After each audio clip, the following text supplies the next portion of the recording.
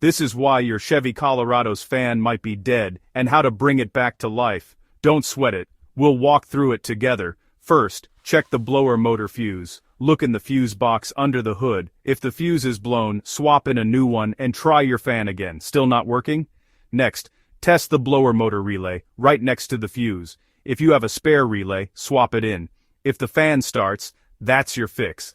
If the fuse and relay are both good, listen for the fan when you turn the controls on. No sound at all. The blower motor itself might be the problem. It's under the glove box.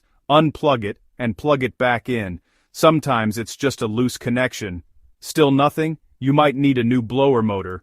One last check. Look at the resistor near the blower motor. This part controls the fan speeds. If your fan only works on high, or not at all, the resistor could be the culprit. That's it. Fixing your Chevy Colorado blower motor is easier than you think. Save money and stay cool or warm all year long.